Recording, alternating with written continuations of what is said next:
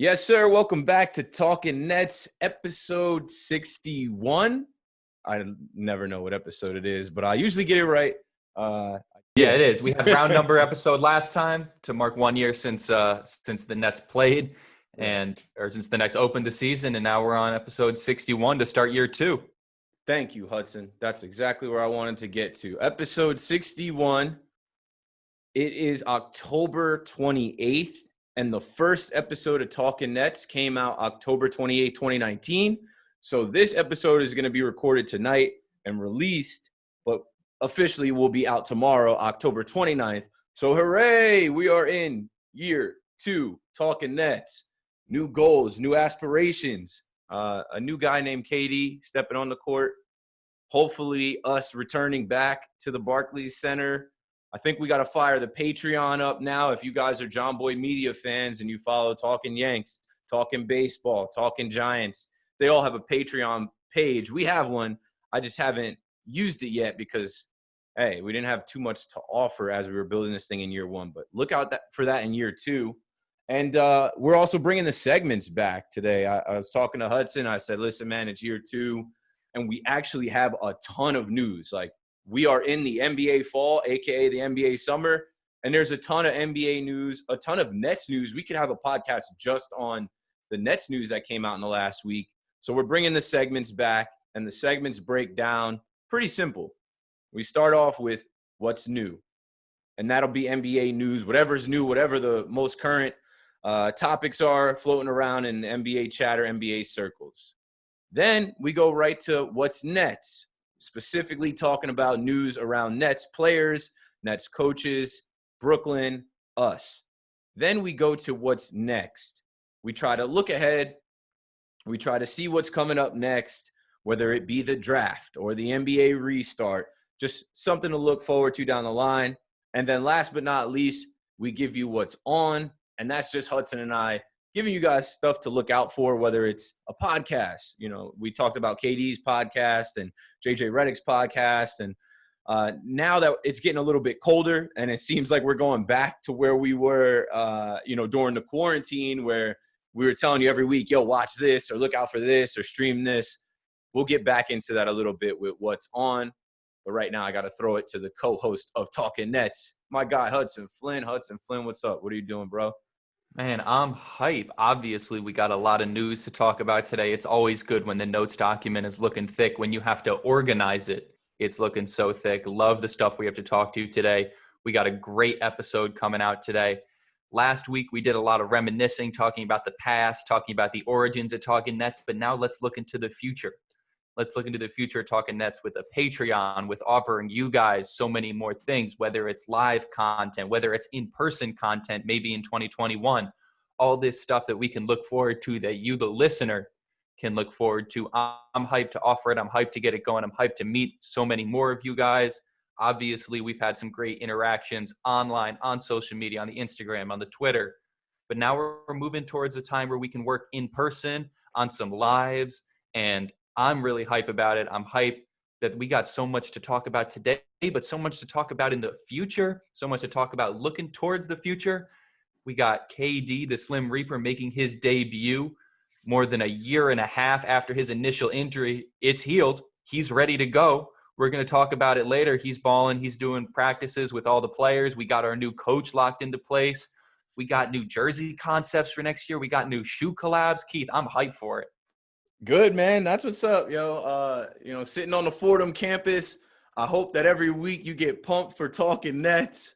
I'm sitting in my crib, and I was pumped for Talkin Nets from the time I woke up today to right now. I'm like, yo, this is going to be a good episode. We got a lot to talk about. So let's not waste any more time. Let's get right into it with what's new, what's now. I guess we used to call this what's now. Yeah, so what's now, a.k.a. what's new, NBA news.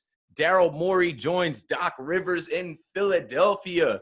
Daryl Morey has been hired as the president of basketball ops for the process. The 76ers, Joel Embiid, Ben Simmons, Tobias Harris. Like, what were you thinking when you saw this morning, Hudson? I think I saw one of your tweets. You saw what I was thinking about this. This might be the dumbest thing I've ever seen. I love it when Philly messes up, but oh my God, they're still processing. They're in the process round 2. You bring in Daryl Morey, the king of small ball, the king of 5-out shooters, to be the president of basketball operations for the team with Ben Simmons and Joel Embiid. Are you crazy? Yeah. Yeah. Are you stupid? Are you going to burn it down and rebuild? What are you doing? I love it. I love it when Philly messes up. I mean, moving over to football, the Eagles, I hate them. I love it when they mess up. I love it when the Flyers mess up.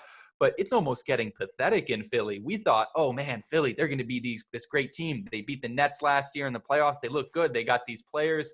Maybe Ben Simmons is going to find his three-point shot. Maybe Joel Embiid's going to find his three-point shot. They don't need Jimmy Butler. He's trash. He's a locker room cancer.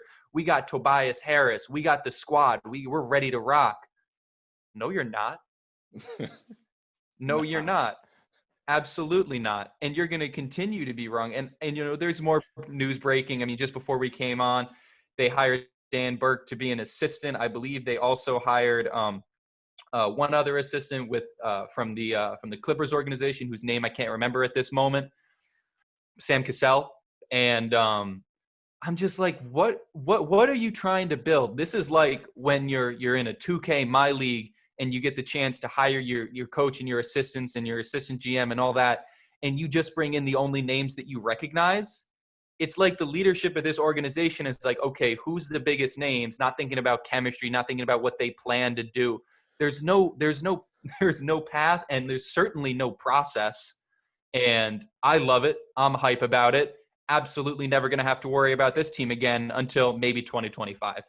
Yeah, I do love it too. I think this is the start of the end. Well, the end started a while ago, but I think this is the start of the end of Ben Simmons and Joel Embiid on that team.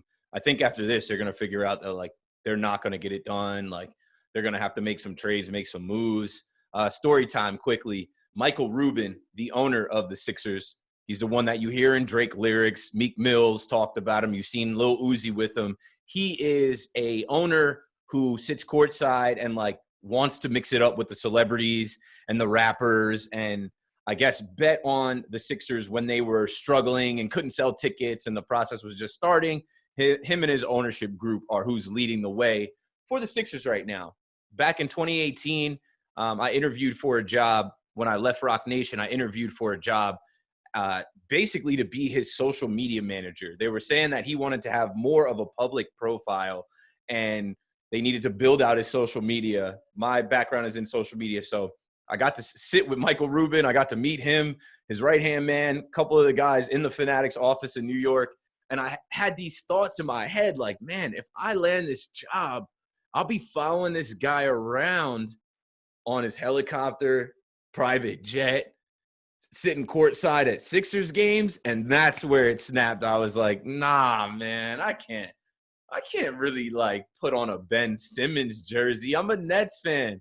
And I made a post about it. And now fast forward to where we are now. I didn't get that job.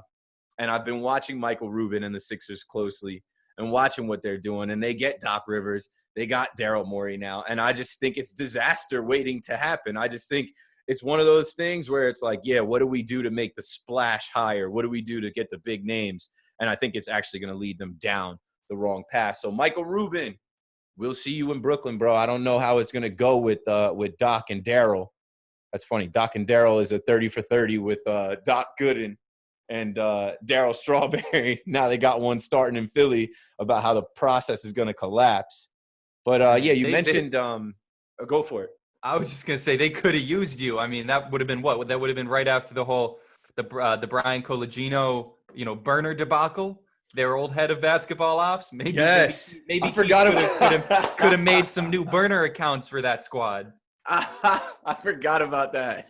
They had to get him up out of there after he made that mistake on Twitter. But yeah, man, Philly, I'm 4 for 4 on hating all Philly teams, the Flyers, the Phillies, the Eagles, and the Sixers. And yeah, man, I don't think it's a good look for them. What I was going to say is you mentioned Sam Cassell going over there from the Clippers. And now it's time to talk about one, Kenny Atkinson, landing with the Los Angeles Clippers. Good for Kenny. One time for Kenny. One time for Kenny getting a job. We love it. I don't know. You and I both we've been rooting for Kenny. We've been talking about Kenny getting a job. I just didn't see this one exactly coming. But Ty Lue must have knew something. Ty Lue was thinking about something, and he'll be the head coach of the Clippers with Kenny Atkinson on his bench. So what were you thinking when you saw that Kenny was going to go to LA? Nice weather over there. We're talking about the process. It seems like the process that these coaches are going to have to follow. Ty Lue, he took that same path. He went from a head coach to being a lead assistant with that Clippers team. With that Clippers team that, despite what happened this year, still going to have high expectations, still going to have a lot of people thinking, all right, we can still do something with this team. Maybe they need a point guard. Maybe they need Rondo. Who knows? But to have someone who can come in and have that head coaching experience, to have that high-level playoff experience, to have that respect around the league. Obviously, we want to see Kenny as a head coach as soon as possible. We were never on the Fire Kenny train. We're still Kenny stans.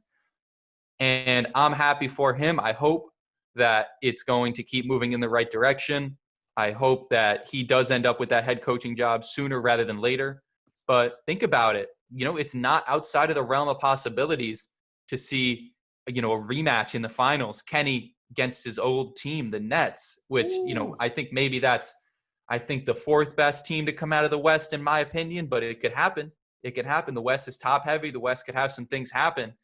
And man, that would be fun. And I just hope that Kenny does, soon get that job where he can go out and show that, listen, this is what I do. I'm not just a developmental guy. I'm not just someone that succeeded in Sean Marks's coaching system. I'm someone who can come out and I can take a team to the promised land. And I think he will get that opportunity. And I think this is a great first step, even if it's not a head coaching job. Yeah, man, I'm happy for Kenny. I think he'll do just fine over there. And I think the Clippers could use a guy like Kenny on their bench and, in some of their players' ears, especially with now LA being title town. Los Angeles is now a city of champions. We watched the Dodgers win the World Series last night. Dodgers in 6. Lakers won the championship. Lakers in 6. La La Land is lit. I can't wait to visit my sister in West Hollywood and just go back to LA. I'm going, but yeah, actually, I'm probably not going to LA anytime soon. But talking about Kenny Atkinson, I guess we're kind of talking Nets. From one assistant coach hire to another, let's go into our next segment. What's next?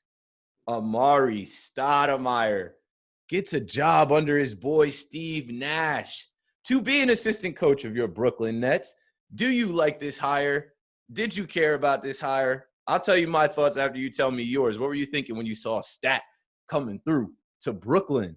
The first thing I thought was, that's fun. Yeah.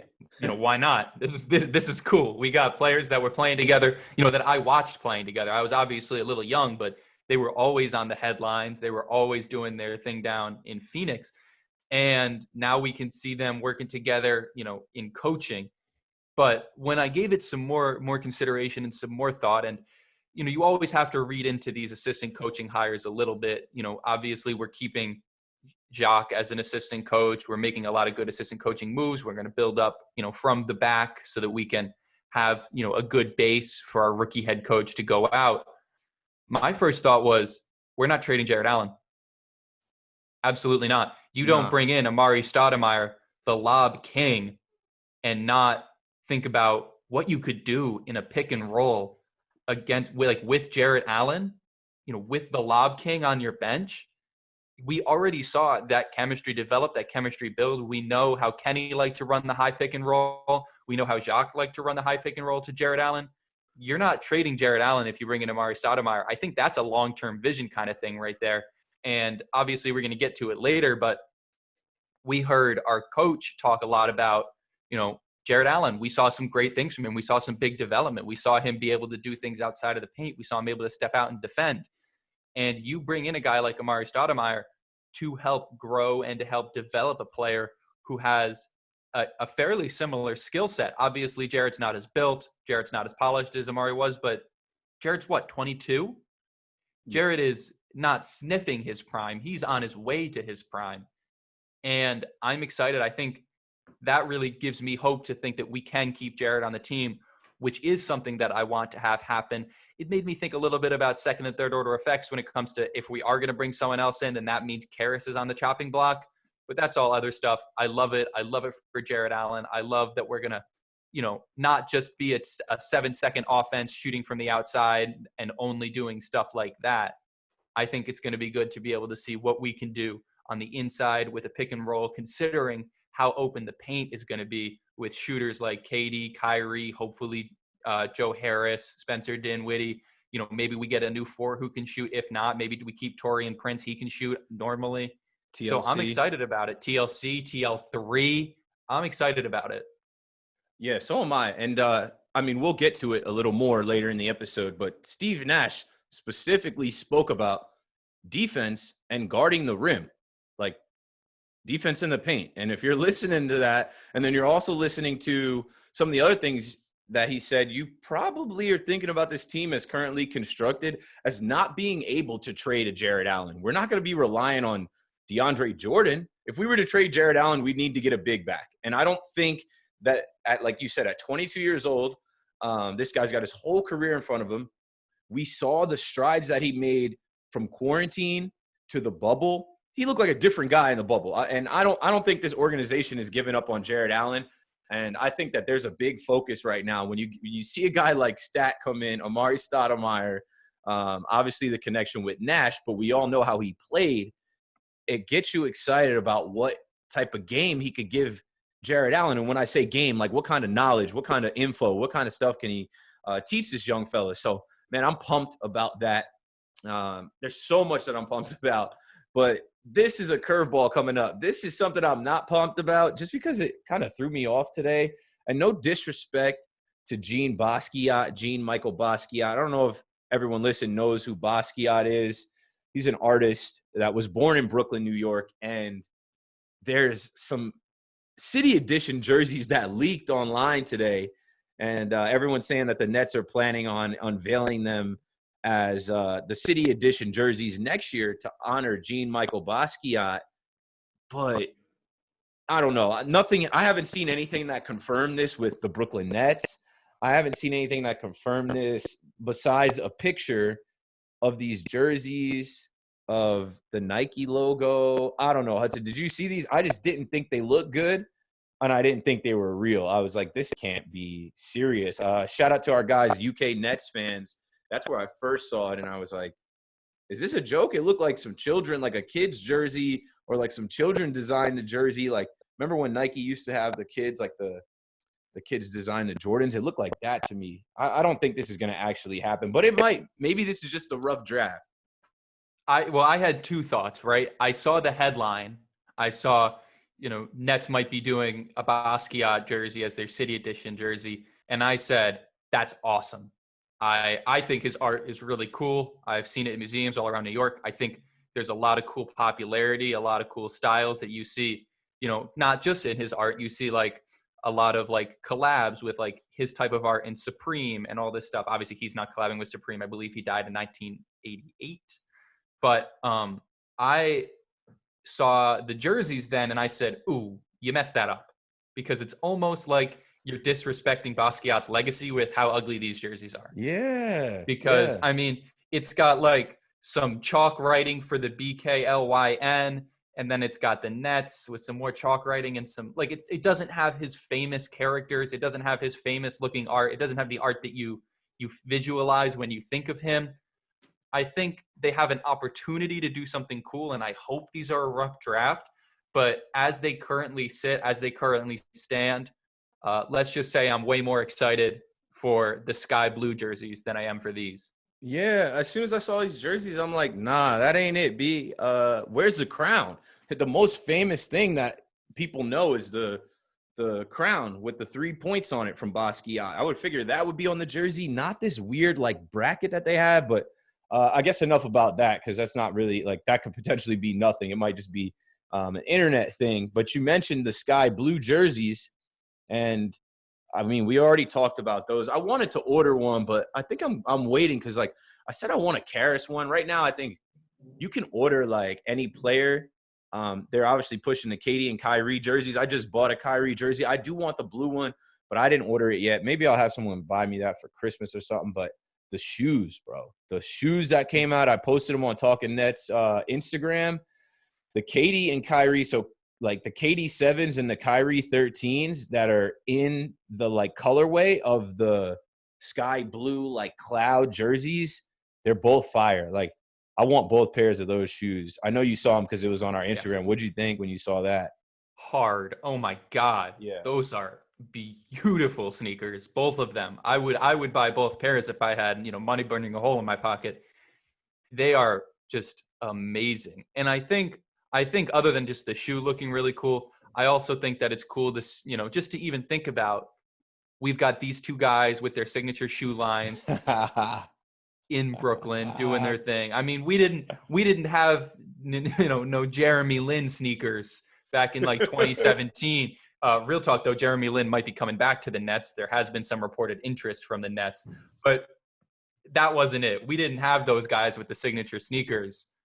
And man, now we do, and now they're coming out with the jersey ones. I don't know. I didn't see Kyrie come out with any special edition shoes in Boston, in these other places. Kyrie wants to be here. No, he did have he had the gold ones with the four-leaf clover on them. They were whack. Those were gross. Those were terrible. They were whack. They look like Lucky Charm shoes. That's why I'm honestly glad I forgot about them. But looking at these shoes, bro, like the same thought you just said is like the thought I had. I'm like, this is real. We have two guys that have been putting out shoes from Nike for years, guys that have sold millions of pairs of shoes, and they're making a Brooklyn Nets colorway, and it's not black and white. It's a throwback to the like 90s, 80s. Like, I don't know. My mind was blown when I saw them. I'm like, these are real. I thought a fan did them. And I think shout out to LSBK on Twitter. He put up the picture of the Kyries and KDs together. I think Kyries go harder than KDs, but KDs are dope because they have the like number 7 on them. That's the same number 7 on the jersey. It's like the same font. And, more news came out about Katie and Kyrie doing a sneaker collab. So, like, I'm loving it, man. The Nets have 2 of the top 15 players in the world. These guys are doing podcasts. They're creating content. They're making sneakers with the Nets colorway. They're modeling the New Jersey Nets jerseys finally coming back to Brooklyn. There's rumors about them collaborating on a sneaker. I think Katie and Kyrie are really just having fun. I know KD is. I'm seeing him on Twitter interact. Whenever you see KD popping out on Twitter more, I feel like KD is just – he's in a good space. And as a Nets fan, waiting all these years to have the stars, to have the attention, to have the whole NBA world paying attention to our players' every move, it's awesome. I'm counting down the days, bro. I cannot wait until we get to this NBA season. Absolutely. It's something different. It's something that New York hasn't experienced in basketball terms in a long time. It's just really great all around. And it's something that as Brooklynites, as people from the borough, as people from the city, we should rally around. You put out on our Instagram, I think it was a photo. Was it a photo you took in Midtown of the Knicks billboard? I'll let you talk about that in a second. But if we're living rent free in the heads of Knicks fans and the heads of New Yorkers, as we should be. Yeah. So that you brought up a good point. A couple of things. So that is the advertisement outside of Madison Square Garden. There's a big billboard outside of Madison Square Garden with RJ Barrett, and the words that I don't know what Dolan and MSG, I don't know what they think, but the words that it reads say, "There is nowhere else." And okay. Okay. What do you mean there's nowhere else? Like, biggest day on Madison Square Garden, the Mecca, you have to tell us there's nowhere else. We know that this is the Mecca, right? Like, this is the center of the city. This is where it all goes down. There's nowhere else. That's why I posted and I said, look at the Brooklyn Nets. living rent-free in NYC, in the middle of NYC. Because when I saw that, I lit up. I'm a Duke fan.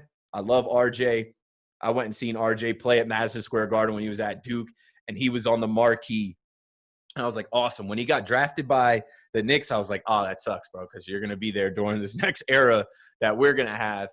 But it shows you that we are in the New York Knicks' heads. They could have written anything on that. I think you hit me up and said something like, or maybe it was John. Someone was like, the Brooklyn Nets. Yeah, I think John, Mr. Burnotis replied to one of either the tweets or the Instagram where he was like, the Nets don't have to do that. They just put season tickets available with a picture of KD and Kyrie. Say less. And man, we're in it. There's nowhere else. Nah, there is a place in New York. You can get there from Madison Square Garden on a couple trains, and you'll see very soon where the center of the basketball universe is in New York. And I love the changing of the guard here. I had a couple people hit me up, oh, you're a hater, bro. Or someone like, yo, why are you talking about the Knicks? Why are y'all indirectly talking about us? Are you afraid some of your fans are going to shift and become Nets fans after all the nonsense they had to put up with being a Knicks fan for all these years? I think they asked the right question. Why are you talking about the Knicks? What's the point? There's nothing to talk about. What is there to talk about? What are they going to do? Who are they going to take a step? Killian Hayes? I don't care. Why would I care? I'm not going to care about them until KD and Kyrie are long gone from this team, long retired from the league. They're going in the wrong direction quickly, and it's not like they've been in the right direction. I don't care. Say less. Adopt your position as the little brother. No place that wants to bill itself as the Mecca, that thinks it's the Mecca. They don't think they're the Mecca. They know they're the Mecca, and they don't have to say that there is nowhere else. Right. Nets don't have to say that. They don't have to say, look at us. They don't even run ads on TV for season ticket holders. They don't even run them on the Yes Network. We know where the season ticket holders are going to buy tickets. If you want to watch good basketball in New York, you're not going to MSG. You're going to Brooklyn. And it changed in the last 2-3 years. 2-3 years ago, 2 years ago, 2018, I had the Brooklyn Nets ticket office calling me, showing me around the Barclays Center, giving me a all-access tour in hopes that I would buy a ticket package. I didn't buy no package, but I was pumped to be able to walk on the court and take some pictures and go in the secret spots in the Barclays Center. But now, hey, they don't hit me up anymore. They've got plenty business. They've got enough people interested in buying tickets. And, my guy, Danny McCree, shout out to Danny. Danny might be listening. Danny sits courtside with the Nets, but he made that investment 4 years ago. He got his courtside tickets 4 years ago. I've been watching the Nets for the last 4 years, I believe, at least 3. My guy, McCree, he's been sitting there, and he had to put the money down when the Nets weren't that great. The year, I think it was 2018 or maybe 2017. No, 2018 into 2019, where we couldn't close games. The Nets would battle. They'd play tough, but we'd lose the game in the fourth because that's just that was the motto of that team. Danny was at those games sitting courtside, and now that is going to pay off. I mean, we hope. I hope that I'm going to say two things before we move on. I hope that, after this election and after some things change, we can move forward and they do start to let fans back in at a limited capacity. We've seen it happen already. It can happen in Brooklyn too. So I hope that they sell tickets. And if it's a limited capacity, the value of those courtside tickets is going to go through the roof. And then the last thing I'll say in that lane or in that vein is about New York, because I'm in New York. I live 25 minutes outside of the city. Our office at John Boy Media is in the Bronx. My fiance works downtown. I'm physically in the city. And I had some people tweeting about, Joe Biden is going to – if Joe Biden is elected, New York is going to die. People are going to riot and loot. I'm like, yo, stop talking to me about what's going on. They're like, New York City is a ghost town. I'm like, stop talking to me about what's going on in New York City if you haven't been in New York City. I'm dropping my girl off at a happy hour. There's people in the streets. Every restaurant has outside dining. There are people eating, drinking, and being merry in New York City. I think on my Instagram story, I put up just some bums that were in the garbage, and they were like throwing garbage at the traffic going into the Lincoln Tunnel. And just that interaction made me smile. The proper energy. It made me laugh because I'm like, this is New York. When you see a wild scene, like a couple bums picking garbage, throwing out garbage, hitting a car, a guy pulling his window down to yell at these bums, I'm like, this is New York energy at rush hour with 100 cars trying to get out of the Lincoln Tunnel. I'm like, New York is fine. This is what New York looks like. So for people to be running with this narrative that, oh, New York is dying, New York is a ghost town. No, New York is adapting. You know, New York wasn't built for coronavirus and social distancing and all these restrictions, but the city is alive and people are working through it and are taking the precautions and doing different things.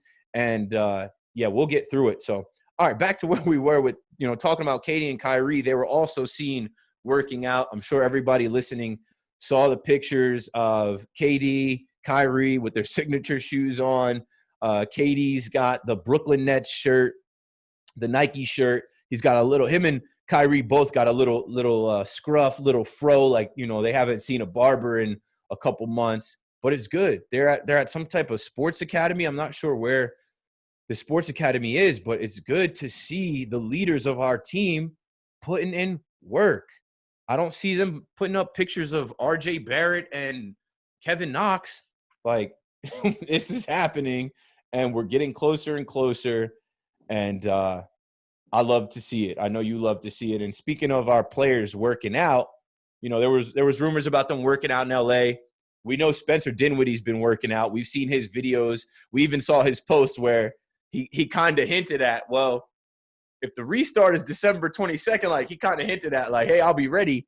But Spencer made news this week because he left Rock Nation sports agency in New York City, and he plans to represent himself. What are your thoughts about that before I tell another story and give my thoughts, Hudson Flynn? We said to the Knicks, we told you guys to say less. Spence, I think you got to do less.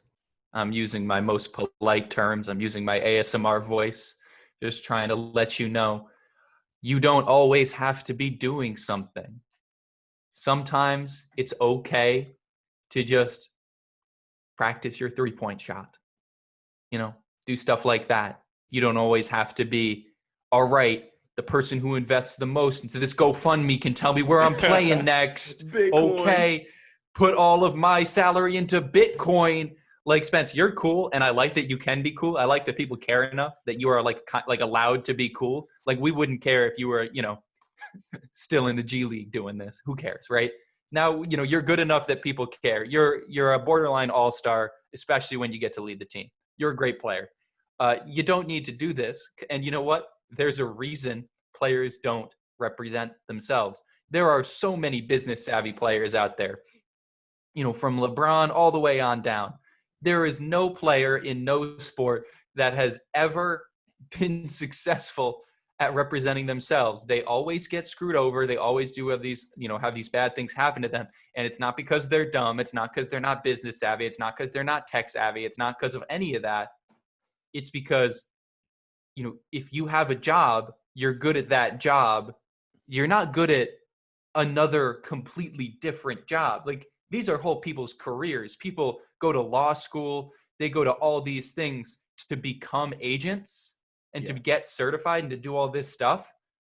All you're going to do is get yourself a worse deal out in the end. And I don't know, maybe it benefits the Nets in the long term because they're not going to have to pay him as much. All right, quickly, all my thoughts about it. Spencer Dinwiddie, you mean to tell me the tech guy with a jumper, the prodigal superstar, Mr. One of One, can't represent himself? Nah, I mean, I don't think this is the best time to be representing yourself as you're walking into the most hyped and talented team you've ever been on, with talk of you potentially being a trade piece. But I say that with a huge but, because I understand parting ways with Rock Nation. We have seen a few people do that. One, Saquon Barkley did that. I could probably rattle off a couple other names, but I'm not trying to throw dirt on Rock Nation. I, too, parted ways with Rock Nation. In the summer of 2018, I took a job at Rock Nation. I worked there briefly, and I decided to go on the journey that I'm currently on creating content, making podcasts, using my social media experience to build out my own namesake, my own brands. I was inside the walls at 1411 Broadway when Rock Nation was at 1411 Broadway. I kind of understand. I don't know Raymond Brothers that was representing Spencer Dinwiddie, but I kind of understand. Like, I've seen other players do this. I've seen other players move on from the Rock, from the ROC. And, it's one thing to be Rock Nation. Like, when you're looking at the Nets have Kyrie. Well, they had Spencer, Kyrie, Wilson Chandler. Kevin Durant has Rock Nation ties. Him and Rich Kleiman met when Rich was working at Rock Nation. Like, there's a lot of Rock fam ties with the Brooklyn Nets. I know I'm forgetting someone else. Henry Ellison, when he was sitting on the bench for us, he was a Rock Nation guy. Who else? I feel like there's one more person. Either way, good luck to Spence. I hope he can handle it. Karis. Wasn't Karis a Rock Nation guy? I think Karis is a Rock Nation guy as well. And, some things aren't always as they seem. Some things are for business. Some things are for clout. Some things are just to rub shoulders with the right type of people. Obviously, Rock Nation is Jay-Z's sports agency.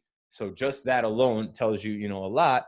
I think Spencer is just looking out for himself. He's a guy that, we've seen have a lot of interest outside of basketball, and he's a smart guy. And I think he just thinks, hey, I can handle it from here. So good luck to him. I want him to stay on this team. I want him to be a Brooklyn Net. I hope this doesn't jeopardize his future with the Brooklyn Nets, because I really do think we're going to need him, and I hope to see him when we start up again. But we'll see. All right, so let's move on. Steve Nash, yesterday, 12 o'clock, which was – what's today? Today's Wednesday, so Tuesday at 12 o'clock. Steve Nash and Ian Eagle got together on Zoom for what was called a Brooklyn Nets town hall. I tried to watch it on Yes, but something was messing up with my stream, and I was able to stream it on the Brooklyn Nets Facebook. I also looked at the Brooklyn Nets YouTube, and the Brooklyn Nets YouTube it's like not even at 18,000 followers. I think they have like 17.6. I was like, John Boy Media is about to break 700,000 subscribers on YouTube. The Brooklyn Nets don't have 18,000 subscribers, but either way, I really did enjoy the hour-long conversation with Steve Nash and with Ian Eagle, who was, ding, ding, ding, ding, ding, the first guest on Talkin Nets. Same backdrop. You see Ian Eagle in the same room in his house when he's talking to Keith and Hudson as him talking to Steve Nash. And there were a lot of different takeaways. I'll let Hudson go in on some of the takeaways, some of the notes that he had from the press conference, and I'll respond with some of my thoughts and, my overall takeaways from what Steve Nash had to say. Yeah, absolutely. But I just want to say the first thing that you have to realize when you're doing this isn't Steve Nash's introductory press conference. This isn't, him sitting down with reporters. This is a town hall with questions from season ticket holders, fans, people watching the Facebook Live. These are not gotcha questions. These are not, deep, in-depth tactical questions. These are questions, more personality questions. But obviously we did get some big, interesting notes, even if they're not quite as juicy as the notes that we got in his, introductory press conference when we had actual reporters asking him questions. The first thing I took away from that was he talked about his relationship with KD, how great that has been, how he started, working with him even while he was still in the NBA and KD was in the NBA. And he talked about how KD was a major reason that he actually became involved in the Warriors when KD joined the Warriors, because, he wasn't his personal coach, but they had a close relationship. They respected each other and they wanted to put in work for each other. So I think that is an interesting sign, interesting thing to think about. Obviously, it would be foolish to think that KD didn't have at least some influence on bringing him, to coach for the Nets. I don't think that's the only reason. I think that Steve Nash is going to be a great coach. I think that our assistant coaches are going to be great coaches, but, it has to play some impact, and I think it did. And I feel like for me, that's just more interesting stuff to hear about behind the scenes. I don't think it really means anything for the Nets.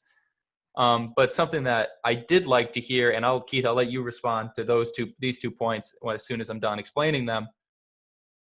They asked him, what is the goal? What is going to be considered failure for next season? And he said, playing for a championship, which is the right answer for me. But Keith, I'll let you take it away. Yeah, there's no time or need to dance around the fact that all of this is happening to bring an NBA Finals championship back to New York. And Steve Nash knows that. And obviously, you got to play the media, New York media, even a Zoom conference for fans a certain way because sound bites and things get taken. And, Steve Kerr was in the news saying that the Brooklyn Nets are playing for a championship. Steve Nash acknowledged it. Duh. Like, we've taken enough L's. We're trying to win. Duh.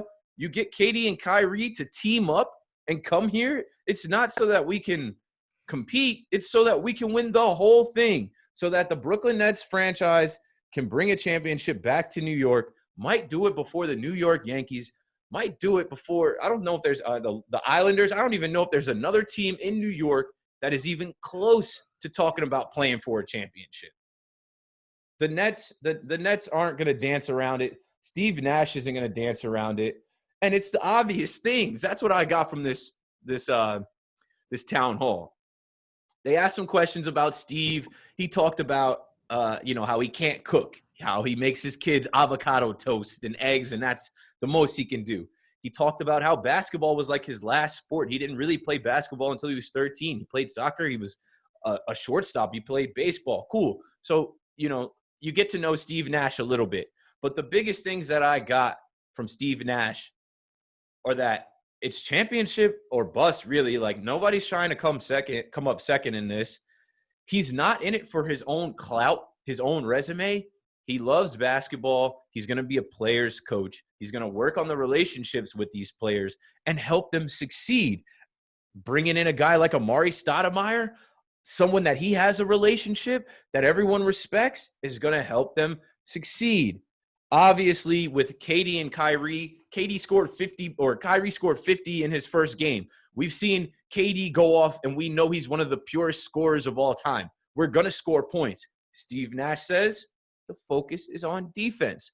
Right now, they're not figuring out what offense they're going to run or what schemes they're going to run or what sets they're going to run or whatever. It's about defense right now, and it should be. And they're trying to figure out how they can have good defense. They just watched the Lakers win, and really, how did the Lakers win those games? Those games that were like decisive games, they were playing defense. LeBron, AD, everybody on the Lakers team, they were playing tough defense. So they know if we're going to beat the Lakers, if we're going to beat the Heat, the Bucks, the Clippers, the Nuggets, those top teams, those top echelon, upper echelon teams, we got to play defense. And what I really liked is that once again, and it kind of calmed down. It calmed down from when he got hired and people were talking about Jacques Vaughn and people were talking about Kenny, or really people wanted to play the race card and say that he skipped the line.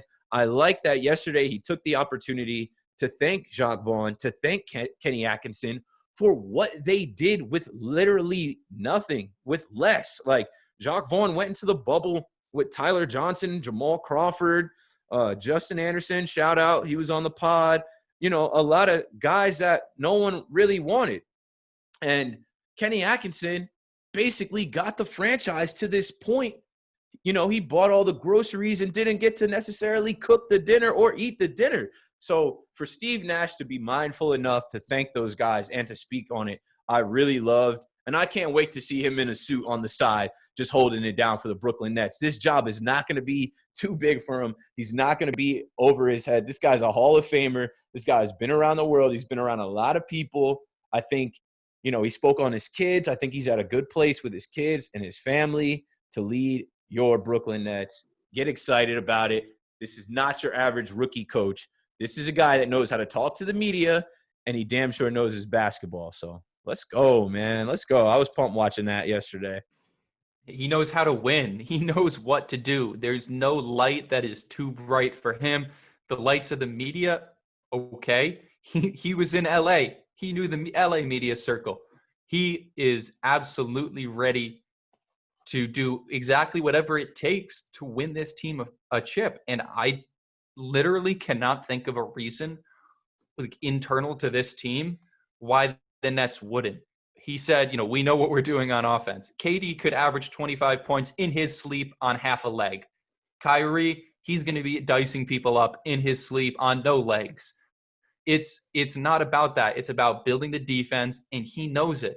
And you know what? It's great that he knows it because he's such a masterful offensive player when he played. His game was offense. But he knows if we're going to win championships, you have to play defense. Defense wins championships. It's true in every sport. It's definitely true in basketball. And it may not be the flashiest thing. It may not be the most awesome thing. Not every defensive play is going to be that Jared Allen block on LeBron from 2 years ago. But it's what you need to do to win games. And he knows that. And the organization knows that. And he's giving credit to the right people. He's saying the right things. He's in a great place in his life with his family, with the team. I mean, he's friends with the GM from when they played together. The situation is perfect. There's no better situation a rookie head coach could be dropped into. And you know what that's going to show you is that he's not going to coach like a rookie head coach. He's going to coach like a seasoned veteran, like the seasoned veterans he has on his staff, like the seasoned veterans he has in the organization, and like the great players that they have on that team. And it's just going to take us to the championship. And it's absolutely, like he said, it's a failure if the Nets don't win with this core. And the Nets want to bring a championship back to New York. But before you can bring a championship back to the city, you got to win over the city. And the Brooklyn Nets continue to do the right thing. Hudson and I have spoke on this podcast all year about how the NBA leads and everyone else follows. Well, the Brooklyn Nets lead and everyone else follows. Again, they make another donation. The Nets deliver 7 tons of food for city residents, another COVID donation. And I'll read the Nets tweet that says, this week we donated 14,000 pounds of food from our arena to City Harvest, Food Bank of New York City, the campaign against hunger. Since the beginning of the pandemic, we have been honored to work beside these organizations, and together we'll feed more than 30,000 New Yorkers. Now, that's huge. I can't speak on any other teams, whether it's the other team in this city or around the country, but the Brooklyn Nets, instead of, they think about it. Think about all the food that they had in the Barclays Center for the season this year. It didn't go to waste. They packaged it up. They sent it places, and they're consistently looking out for people. And this isn't in the notes, Hudson, but I got to call it out because they do the right things. They've had a line outside the Barclays Center in Brooklyn all week for early voters, and it's wrapped around the building. The first day they did it, they said it was only going to be till 4 o'clock. But if you were in line, don't worry about it. If you're in line at 4, you're good. We'll get you in. They extended it 4 hours, and they said, we're going to go to 8 o'clock. We're going to make sure that all of these locals in Brooklyn have a place to come vote where their vote is counted, and we do this thing right. And I love it, man. I love being associated with the Brooklyn Nets. I love that the New Jersey Nets franchise moved to New York, and all they did was boss up. All they consistently do is the right thing, lead by example, and win. And now there's going to be a lot of wins. There's going to be a lot of success, but it's not just going to be like, oh, these guys are only about basketball in a time where there's a lot of people that aren't worried about basketball. This is a time where people aren't worried about sports, and the Brooklyn Nets are conscious of that. They're making sure people have a place to vote. They're making sure New Yorkers have food to eat as they're preparing to put on a show for the entire world. So, man, hats off to the Brooklyn Nets once again.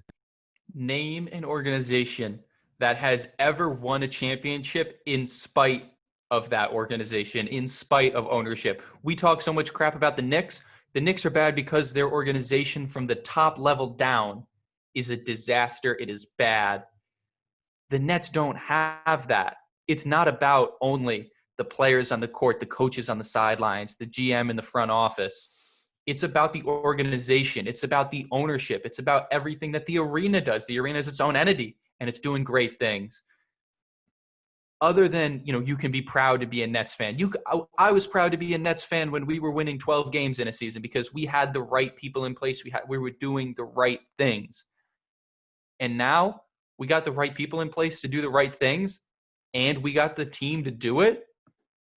Nothing's stopping us.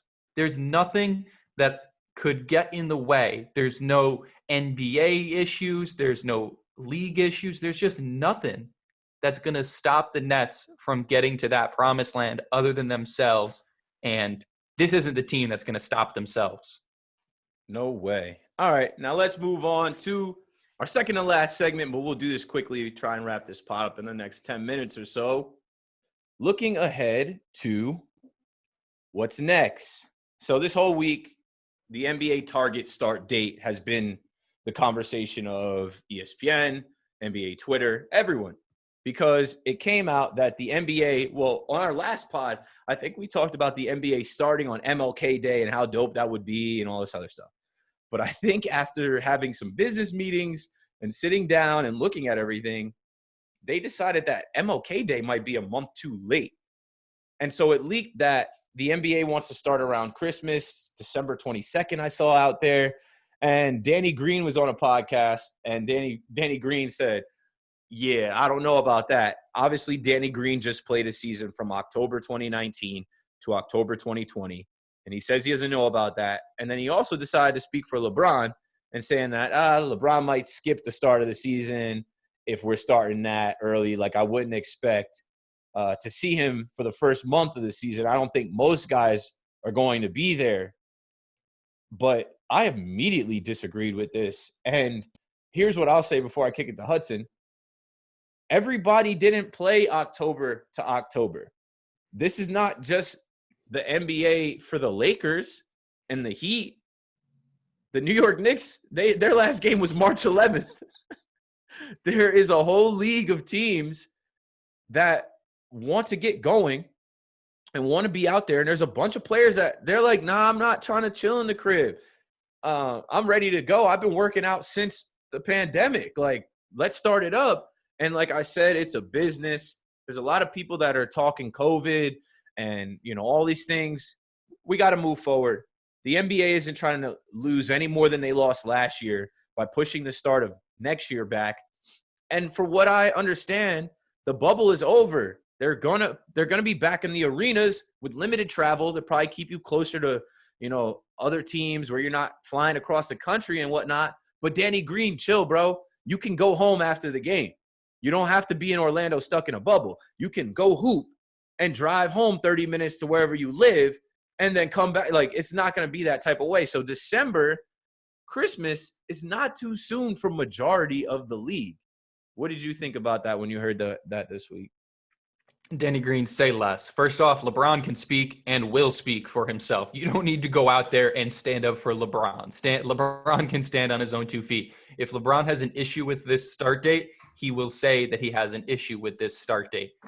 That's aside from the point. You said that people were saying, oh, you know, I think it might be a month too late to start an MLK Day. Time, whatever. It's $600 million. Yeah.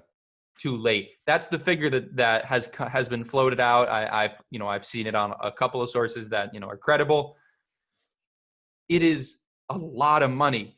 And at the end of the day, it's a business. It is not something else. It is a business, just the same way as, you know, people who work, you know, in their day-to-day lives. They don't have an off day. They don't have an off season. They work because they got to support their family. The NBA, you are people working for a business. If the business is to survive and is to pay you, you need to work for the business so that I can generate revenue with which to pay you. You have to do it. And you know what? You were right. 2 teams played from October to October with a 4-month stoppage in there already, which is like longer than the offseason would have been normally, right? It's different. It's not that in my mind, it's just not that bad. Like, you know, we talked about RJ Barrett earlier. He has not put on a Knicks jersey since March 11th, since all that time ago. It's going to be December 22nd. That is the longest off. That's like 2 off seasons. That's enough time. 9 months. It's going to be over 9 months. The majority of the league, just based on the way it's set up, has not played in a long time. So, not to be rude to Danny Green, but I will be, since obviously he doesn't listen to the podcast. Who cares? You are, you know, one player, or even if it's, let's say it's all of both teams, which it's not. You know Jimmy Butler's going to be ready to go. You know the Miami Heat are going to be ready to go. They could say, all right, tip off tomorrow, 5 a.m. Jimmy Butler's there right now. Yeah. Yeah. Listen, enjoy your offseason. I know you're not going to be able to spend your time with the Larry O'Brien trophy the same way a normal team would have, the same way, the Raptors did last season and everyone else has before. But it's different times. You got to work for a living. So work for a living. Yeah. If you want to get a check, you got to go hoop. You got to go play. And it's like nobody feels sorry for you. You play basketball, bro. You're an entertainer. Like, go do what you naturally do and get paid millions to do. The target date is so that they can get 72 games in before the Olympics. Like, the NBA is smart. They know what they're doing. And, like, we spoke about the Knicks not playing and it being 9 months. And, like, that's not good for business. Think about all of these teams, the Hornets, the teams that didn't make the bubble. Like, what are they doing right now? They're just losing money because we would be in the next NBA season right now. If this was a different universe, we would be in the NBA season right now. If there were no coronavirus, we would be playing NBA games right now. So I understand them trying to push forward. MLB is over, right? All we're going to have is NFL for the next, I don't know, however many months, weeks. On the NFL coverage I do, I say no one is bigger than the Shield because the way that the NFL has approached the coronavirus and they're just pushing ahead, they didn't alter their schedule. I'm like, oh, that's because no one is bigger than the Shield. If you get a positive COVID test, you're out. Next guy is in. No one is bigger than the logo either, bro. If the NBA decides they want to start on December 22nd, majority of the league is going to be there and going to be down for that. And I guarantee you the Lakers organization will be there too to defend their title and run it right back. Why wouldn't you want to run it right back? Actually, like you just won with this team, right? You guys have chemistry that you developed over these last few months in the bubble while everyone else was watching you. You have an advantage. You have a leg up. Wouldn't you want to get going again? Like, yeah, let's run this right back so we can get LeBron back-to-back rings. Like, I don't know what Danny Green was on. We will move along here for time's sake to our last segment.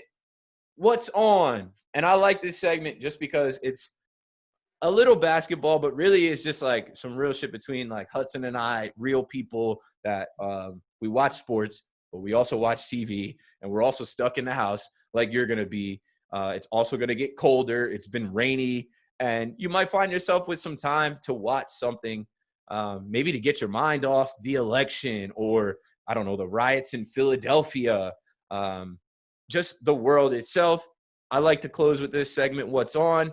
Instead of it being me like throwing something out and then expecting Hudson to match it. Like, we did some episodes where I was like, go watch the 13th Amendment or whatever. And then Hudson's like, oh, I got nothing for that.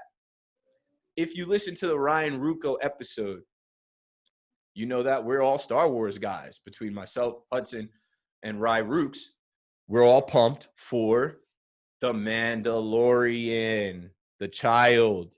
They're back. So what's on Friday?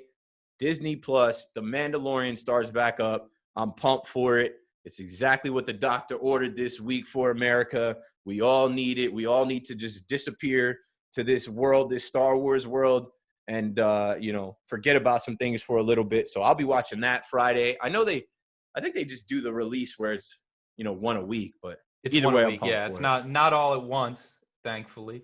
That is going to make my Friday an interesting day. Friday, October 30th, my birthday. So I'm going to be celebrating my birthday, the big 1919 on my way up. 19. Boy, getting old out here. Damn. So I'm celebrating that. Keith, you talked about how New York City isn't shut down. I've been trying to make reservations to get dinner on my birthday with some folks for like 2 weeks. I finally found a place. New York City is booked down. New York City is not a ghost town, let me tell you. Yeah. People are lying. Don't let people lie and tell you that nothing is going on in New York and it's a ghost town. No, everything is moving just fine. New York is adapting. Okay, 6 feet of distance, we can do that. Okay, we got to eat outside. Okay, let's build our outside dining area. Absolutely, absolutely. I also have to watch Maryland football get blown out again. I got to watch Tua's little brother stink up the show because it's just what I do. It's what I subject myself to every day. And now I got The Mandalorian to watch. So Friday is going to be a busy day, a busy night, a busy Saturday morning for me. But I'm going to bring it down to a more serious note. Obviously, me and Keith do different things. He talked about how he used to say, go out there and watch 13th. And I was just sitting there like, oh, what am I supposed to do with that? But now, baseball's done. Basketball's done. Things are slowing down. We got football, but football isn't on every week. It's not on every day. There's a lot of time in between. And if we're looking towards, it's always like championship season in one sport, big things get decided. It's always, such a high, high compression amount of news coming in at one time. Keith, I saw you posted you got your early voting done. I got my ballot mailed in last week. Pay attention to what's going on. Pay attention to the future of the country. It is not going to not affect you. It affects every single one of us. There's a lot of news breaking. There's a lot of news happening. There's all this stuff going on. And now that we don't have baseball, we don't have basketball, and football's only on a couple days a week, it's time to pay attention to the real things in real life that really matters and just go out there and get that done. It might be tough to wait in long lines to do all that stuff. It's going to be more tough to have to deal with another 4 years of, let's just say, someone that a lot of people don't like as our president. So get out there, focus. I was proud to vote in my first election. Keith, you talked about how you haven't voted before. This is your first election that you voted in. Yeah, it is. It's big stuff. It's big things to do. You have to do it. It's the most important thing. I'm so happy to see that early voting numbers are already at like 75% of the voting totals from 4 years ago. You can make change. Your vote matters. Just go out there and do it. Yeah. And man, that's an hour. It's over an hour. So let's wrap this thing up quickly. You know how we close this thing out. We asked you to leave a voicemail. And if we get enough voicemails, we can add a segment, or maybe do a whole voicemail app. I got to push that. Maybe if we throw out a question, like call the voicemail and, tell us what you're most looking forward to in 2021 with the Brooklyn Nets, or call the voicemail and ask us a question and we'll add it to the pod. That number is 201-870-0461. Make sure you follow us on social media. First, follow at John Boy Media. We crushed this baseball season. We crushed 2020. Honestly, it's a blessing to see the company and everybody that works in the company just push through and just keep getting it done, and people accept us and us keep growing. So follow John Boy Media across every platform. Follow Talkin Nets on Instagram and Twitter. You can follow me at Keith McPherson. And Hudson, where can the people follow you? You can follow me at Hudson Flynn _. Had to add that underscore. Really tough. Me and Keith are both on the crusade to get the real names, Twitter accounts moving. We have a Twitter contact at John Boy Media. It's on the list of off-season things to do for me to at least, make contact with this person at Twitter to get some things fixed and worked on. So we're going to do that. So make sure you follow us on Twitter. Make sure you follow us on Instagram. Make sure you subscribe, rate, and review the pod. And seriously, if this is your first time listening to Talkin Nets, subscribe. Leave us a rating. Tell us what you thought, good or bad. This podcast is going to keep growing, and we're going to keep doing more things and expanding in year 2. I promise you that. So all aboard the bandwagon. From wherever you are to Brooklyn, we are going to the Barclays Center.